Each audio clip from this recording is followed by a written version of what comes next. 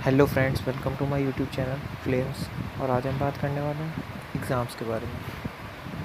तो जब बच्चा स्कूल जा रहा होता है, वो पूरा अपने ऐश कर रहा होता है, स्कूल में पढ़ने के अलावा जो मन में आया वो कर रहा होता है, और उसी बीच में एग्ज़ाम आते हैं और कहते हैं surprise surprise motherfucker, the king is back. तो 3 टाइप के बच्चे एग्ज़ाम देते हैं। एक होता है टॉपर, फिर उसके बाद होता है एक एवरेज बच्चा, फिर उसके बाद होता है एक बिल्कुल ही डम बच्चा, जिसे कुछ आता ही नहीं होता। तो मेरे हिसाब से बच्चों में 6 तक के बच्चों में तो कोई डम बच्चा नहीं होता होगा। उसके बाद आता है डम बच्चे। वो डम बच्चे होते हैं जो सिगरेट, नशा वगैरह सब काम करते हैं, सब बिल्कुल ऐश में, और जब एग्ज़ाम आता है तब उनकी फटके 4 हो जाती है। तब भी कुछ नहीं होता, तब भी भाई यार एकदम चिल कर रहे हैं मतलब। और फिर जब रिपोर्ट कार्ड आता है उस दिन, फिर आता है एक एवरेज बच्चा जो अपनी ज़िंदगी में पढ़ता भी है, खेलता भी है, सब चीज़ थोड़ी थोड़ी करता है, इसलिए वो ठीक ठाक ही होता है पढ़ाई। हाँ जी, फिर आता है एक टॉपर बच्चा। भाई वो बच्चा ऐसा बच्चा होता है, पता नहीं कौन सी उसने बाबा जी की बूटी पी रखी होती है भाई, जो पढ़ता ही रहता है और उसका मन भी लग जाता है पढ़ाई में। भाई मेरा तो नहीं लगता मन, किसी का भी नहीं लगता भाई मन, बस वो टॉपर बच्चे होते हैं ना जो 4-5% उनका लग जाता है। पता नहीं भाई क्या करते हैं वो, कैसे लग जाता है भाई। पढ़ाई भी कोई चीज़ है जिसमें मन से लग सकता है, मैं तो नहीं मान सकता भाई किसी का मन भी लग सकता है पढ़ाई में। अरे भाई, भाई समझ के बोल रहा हूँ यार, बुरा लगता है भाई, आप लोग भी जानते। एग्ज़ाम से 2-3 दिन पहले पूरी पढ़ाई स्टार्ट हो जाती है। एक बुक नहीं पढ़ी होती, 2-2, 3-3, 4-4 बुकें पढ़ने लग जाता है। एक सब्जेक्ट पढ़ते हैं, पूरी प्लानिंग स्टार्ट हो जाती है कैसे पढ़ना है कैसे नहीं। तो एग्ज़ाम से 2-3 दिन पहले बहुत ज़्यादा टेंशन हो जाती है, कैसे देंगे एग्ज़ाम, कैसे नहीं देंगे, क्या होगा। और फिर उसके बाद आता है एग्ज़ाम वाला दिन। एग्ज़ाम दो, दिया जैसा मर्ज़ी दिया जाए आपने, पर एग्ज़ाम दे के घर आओ, और फिर भाई जो रिलैक्स मिलता है ना, वो भाई एग्ज़ाम हो गया अब चलो। फिर ऐसा होते ही रहता है, एग्ज़ाम के पहले टेंशन, एग्ज़ाम के बाद फिर जैसे जैसे लास्ट एग्ज़ाम आता है वैसे वैसे मन पूरा भटक ही जाता है पढ़ाई से, बिल्कुल मन ही नहीं होता लास्ट वाले एग्ज़ाम तक तो पढ़ने का। मन ऐसा होता है लास्ट एग्ज़ाम था, इसके बाद तो छुट्टियाँ पड़ जाएगी, इसके बाद क्या पढ़ना, अब छोड़ो अब क्या पढ़ना। और फिर जैसे ही एग्ज़ाम ख़त्म होता है भाई, उसके बाद तो मज़े ही मज़े, उसके बाद तो मज़े ही मज़े, क्योंकि उसके बाद ना कॉपियाँ होती है, नया सेशन शुरू होता है, तो ना कोई टोकने वाला ना कोई रोकने वाला। पर वो जो बच्चा होता है वो एक चीज़ तो भूल ही जाता है इन मज़ों के बीच में, कि भाई उसके एग्ज़ाम जो दिया है उसका रिज़ल्ट भी तो आना है। फिर 1 आध महीने मज़े के बाद एग्ज़ाम की डेट आती है। बच्चा तब भी इंजॉय कर रहा होता है क्योंकि 10-15 दिन होते हैं, पर जैसे जैसे वो डेट करीब आती रहती है, बच्ची की खुशी एकदम खौफ डर में तब्दील हो जाती है। मेरे को तो ऐसा धक धक हो रहा है।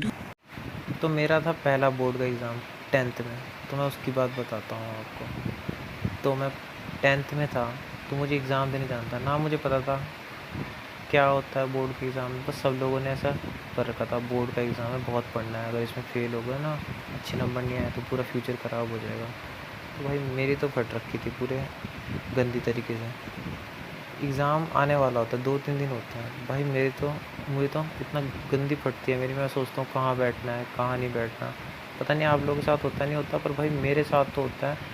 मैं अपनी डेट शीट होनी होती, डेट शीट की कब एग्ज़ाम है कब नहीं, भाई वो डेट शीट को 3-4 बार पढ़ता हूँ, और उसके बाद ही मुझे ऐसी लगता है कि नहीं भाई मैं गलत डेट में जा रहा हूँ। सब बच्चे हंसेंगे, और छोटी क्लास के बच्चे। देखो अब आपके स्कूल में होता नहीं होता, पर हमारे स्कूल में ना सिस्टम है, जैसे एक सीट में हमारी क्लास का बच्चा बैठेगा, और दूसरी वाली सीट में कोई छोटी या बड़ी क्लास का बच्चा बैठेगा हमारे साथ ही, बेंच होती है ना हमारी पूरी। तो हमारे एग्ज़ाम ना किसी भी रैंडम रूम नंबर पे हो जाते हैं, मतलब जहाँ भी कोई क्लास बैठी होगी उनके भी एग्ज़ाम चल रहे होंगे, तो वो किसी और रूम नंबर पे चल जाएंगे, हम किसी और रूम नंबर पे चल जाएंगे, हम उनकी क्लास में आ जाएंगे, ऐसी सिस्टम होता है। ठीक है, तो मुझे इससे भी डर लगता है कि कहते हैं अब कहाँ बैठूँगा मैं कहाँ नहीं बैठूँगा, अब कहाँ ढूंढते ही रह जाऊँगा, क्या पता ना लगा वहाँ पे पोस्टर, बस तो लगा होता है वहाँ पे कि कहते हैं इस इतने से इतने रोल नंबर के इस क्लास के वहाँ पे बैठेंगे, वहाँ पे नहीं। पर डर लगता है भाई मुझे।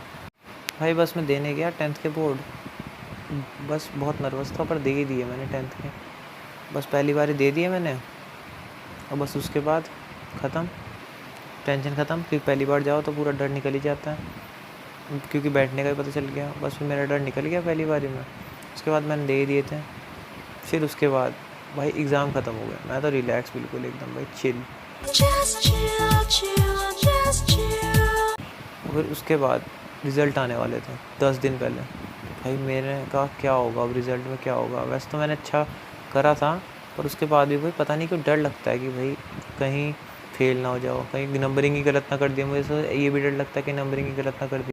और मेरी राइटिंग भी इतनी बढ़िया है कि बस चकरा के गिर जाए टीचर, तो मैं सोचता हूँ कहीं टीचर को राइटिंग ही समझ ना आए, हो जाऊँ मैं फेल। तो भाई मैं ऐसे ही डर लगता रहता है कि फेल ना हो जाऊँ। मैं का एग्ज़ाम आ गया, पहला रिज़ल्ट, भाई मेरी ऐसी गंदी हालत हो रखी है मैं। और भाई इसी हालत में ना सोशल मीडिया तो बहुत ही बुरी चीज़ है भैया। इस तरीके से तो भाई जब रिज़ल्ट आने वाला होता है ना, एकदम भाई वहाँ पे आ जाता है, दोस्तों के मैसेज आ जाते हैं, सब लोग लिख देते हैं मेरी बेटी के 10th में 80% आए, 90% आए, 92% आए। अरे भाई 100% आए। घर वाले और बोलने लग जाते हैं, जिसके 80% आए देख तेरे कितने आएंगे, तेरे कितने आएंगे। और वहाँ पे हमारी और ऐसी की तैसी हो जाती है। भाई अब क्या होगा, कितने आएंगे, और घर वाले जूतों से मारेंगे साला। और अगर गलत परसेंट आ गई, बहुत कम आ गई भयंकर तो। और फिर रिज़ल्ट वाले दिन, भाई रिज़ल्ट वाले दिन तो सबके फ़ोन आने लग जाते हैं पूरे ख़ानदान से, ये कितने परसेंट आए, आज रिज़ल्ट था, आज रिज़ल्ट था, आज रिज़ल्ट था, आज रिज़ल्ट था। भयंकर दिमाग ख़राब कर देते हैं पागल लोग। मैं तो बोलता हूँ फ़ोन ही नहीं उठाना चाहिए किसी को। और गलत ही बता दो परसेंट, क्या फ़र्क पड़ रहा। वो लोग अब ये तो बोलेंगे नहीं एडमिशन काट दो, हमें तो यकीन आ नहीं रहा। जितना बोलोगे उतने में यकीन करना पड़ेगा। बता दो 80% है, 90% है, अरे 100 आ गए, बता बोल दो। भयंकर क्या कर क्या लेंगे, क्या घंटा कुछ नहीं काट सकते उनको। क्या मतलब, उनको तो छुटकारा लेने के लिए फ़ोन करना होता है। लेकिन फिर उसके बाद ना, पर हमारे घर वाले भी तो ऐसे होते हैं, उनको होता है सही परसेंट बताओ बिल्कुल। भाई वो बता देते हैं जितनी है। और फिर उसके बाद वो बताते हैं नहीं हमारे जैसे ये था ना, ये था इनका फूफे का चाचे का मामा, इसकी तो 70% आई थी, ये तो बहुत कम परसेंट आई, ये आई। और फिर उसके बाद जो घर में चप्पलें खाने को मिलती हैं, बातें सुनने को मिलती है, भाई पूछो मत। वो तो भाई जो 10th का रिज़ल्ट आया मेरा, उसके बाद सबकी आँखें खुली खुली रह गई थी। भाई मैंने 70 एक्सपेक्ट किया था मैंने खुद ने, और 80% आई थी। तो मुझे कोई कहने वाला नहीं था भयंकर।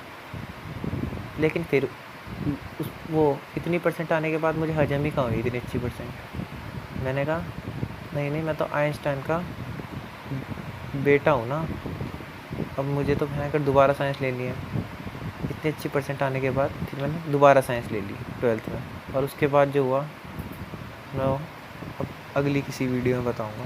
अगर इस वीडियो में 100 लाइक आ गए तो अगली वीडियो में बताऊँगा।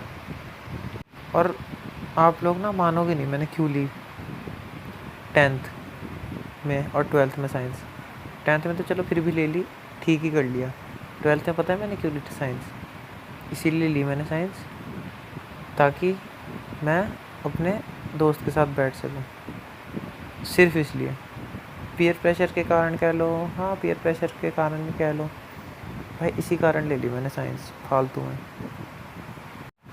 ठीक है गाइस, तो आज की वीडियो मेरी इतनी है, तो होपफुली आपको अच्छी लगी वीडियो।